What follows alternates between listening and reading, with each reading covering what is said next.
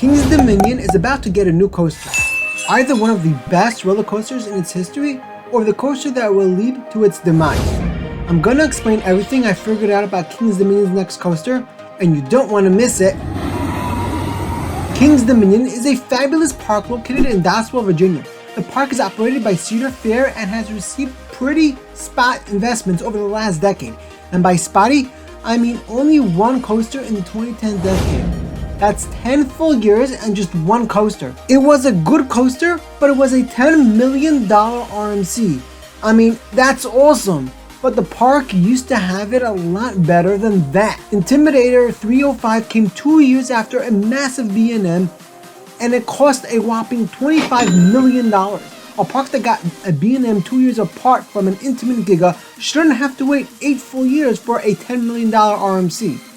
King's Dominion is a tough park to predict because Cedar Fair kind of lowered the park's status in the last few years, but that's something I'll discuss in a future video.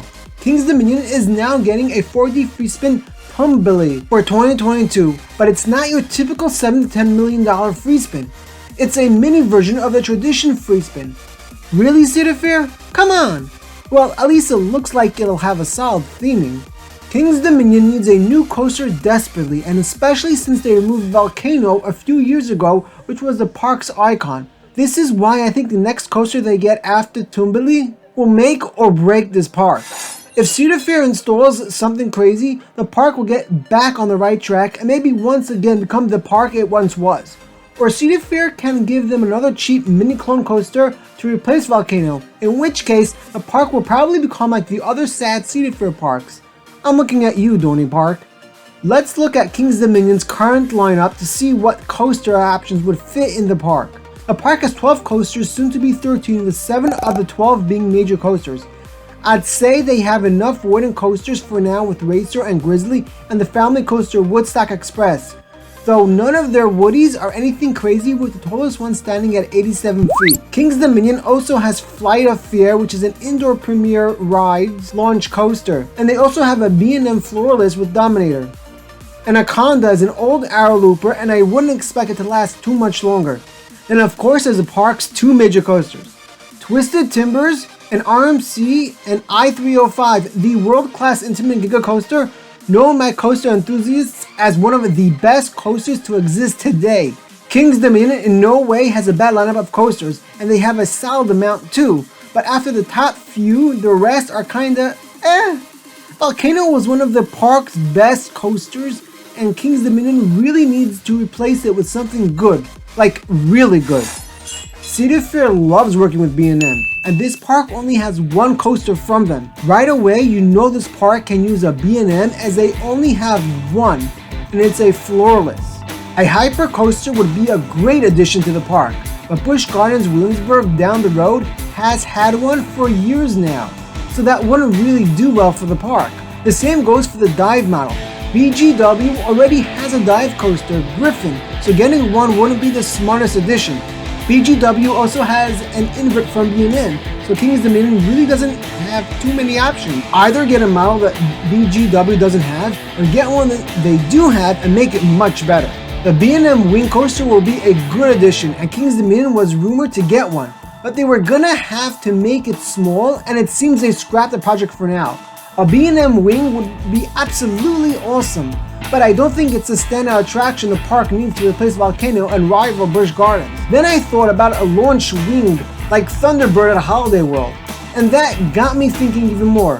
What if King's Dominion could get a launch coaster from B&M on a model that was never launched before? Then they could get one of the models BGW already has, since theirs would be better as it would have a launch. When Cedar Fair bought Kings Island, they rushed to install a B&M Hyper and invert before anything else. And since I doubt B&M can launch a hypercoaster, how about a launched B&M invert, or even a launched B&M Flyer? I do think those are possibilities, just not the most likely in my opinion.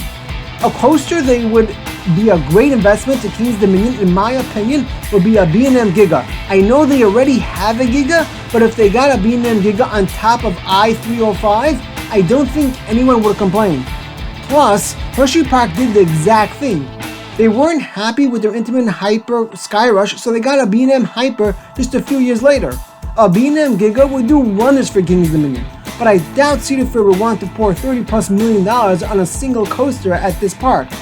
But you never know. Another manufacturer King's Dominion parent company Cedar Fair works with is Mack Rides. Copperhead Strike was a great addition to Carowinds in 2019, and King's Dominion could use a multi-launch coaster to replace Volcano, which was a launch coaster. However, since coasters from Mack Rides are very expensive, once again, sadly, I don't think Cedar Fair will go for it. Once we're on the topic of Mack Rides, maybe the park can get a Mack Hyper instead of a B&M. King's Dominion's next coaster needs to replace Volcano. It needs to be a great ride and one that will get insane media attention and rival BGW and Pantheon. A launch coaster in Volcano's plot of land wouldn't hurt, and I think I figured out the perfect one. King's Dominion should get an S&S Axis coaster. That's right, a launch out of the Volcano, just like Volcano did, and with the spinning cars, it will be one awesome ride. The S&S Axis coaster has the power of becoming the best ride in the park, and maybe even one of the best in the world. S&S is now working with Cedar Fair, so maybe Cedar Fair signed a multiple coaster deal with S&S for King's Dominion, which would allow them to get each coaster for a lot cheaper. An S&S launch coaster would be amazing, but with the Axis cars, it would be even better. The Axis coaster also has the power to get insane media attention, and would definitely give BGW a run for their money. Honestly, I think this is the perfect coaster to put King's Dominion back on track to becoming the world-class park it once was. The price fits directly in their budget, and the coaster fits right in their lineup. I hope King's Dominion does this because it is literally perfect. Then there's also the option that Cedar Fair goes the Six Flags way, and after a RMC Hybrid and Free Spin, adds an RMC Raptor clone. This wouldn't really be that bad as it's an RMC, but still, I'd like to see King's Dominion get something a lot better than a cloned Raptor.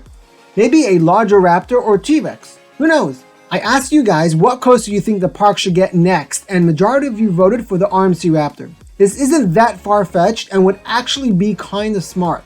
If King's Dominion gets a Raptor, they'll have both of RMC's popular models leaving Busch Gardens with no ability to work with RMC without being late to the game. If King's Dominion doesn't get a Raptor, Busch Gardens may go for that as their next coaster. So if I were Cedar Fair, I'd seriously consider this option. Not only does it give the park an awesome coaster from the one and only RMC, it also blocks their competition from working with RMC in the very near future. King's Dominion could also choose instead to get a lame cheap edition or choose to wait another decade before the next coaster. And that would literally kill the park and could move the park into the lower tier of Cedar Fair parks. I really hope Cedar Fair gives King's Dominion a great replacement coaster to Volcano over the next few years and continues building the park up with a new perfect coaster every few years.